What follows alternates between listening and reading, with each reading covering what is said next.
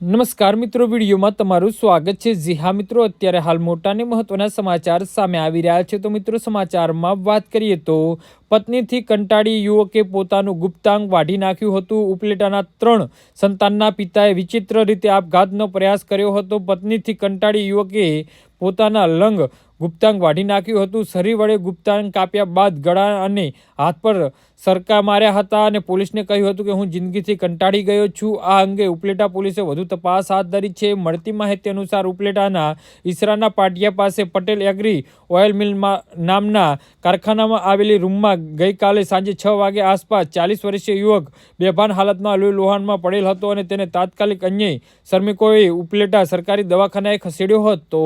તો ડોક્ટરના તપાસમાં જાણવા મળે છે કે યુવકનું ગુપ્તાંગ કપાયેલું હતું અને તેના ગળાના અને હાથના છાતીના અને ઈજાના ભાગ પહોંચી હતી અને હાલ ગંભીર જણાતા તાત્કાલિક યુવકને રાજકોટ સિવિલ હોસ્પિટલ ખસેડાયો હતો। રાજકોટ સિવિલ હોસ્પિટલ પોલીસ સ્ટાફના ઉપલેટા પોલીસને જાણ કરી હતી અને પૂછપરછમાં ખુલ્યું હતું કે આ યુવક કારખાનામાં મજૂરી કરે છે અને તેને સંતાનોમાં 2 પુત્રી અને 1 પુત્ર છે।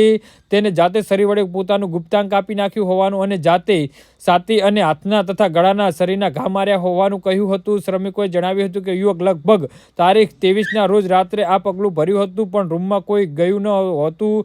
યુવક લોહી લુહાણ હાલતમાં પડી રહ્યો હતો। જી હા મિત્રો, તો આના વિશે તમારું શું કહેવું છે તો નીચે અમારી કમેન્ટ બોક્સમાં જરૂરથી જણાવજો અને અમારી યુટ્યુબ ચેનલને સબસ્ક્રાઈબ કરવાની ભૂલતા નહીં। ધન્યવાદ।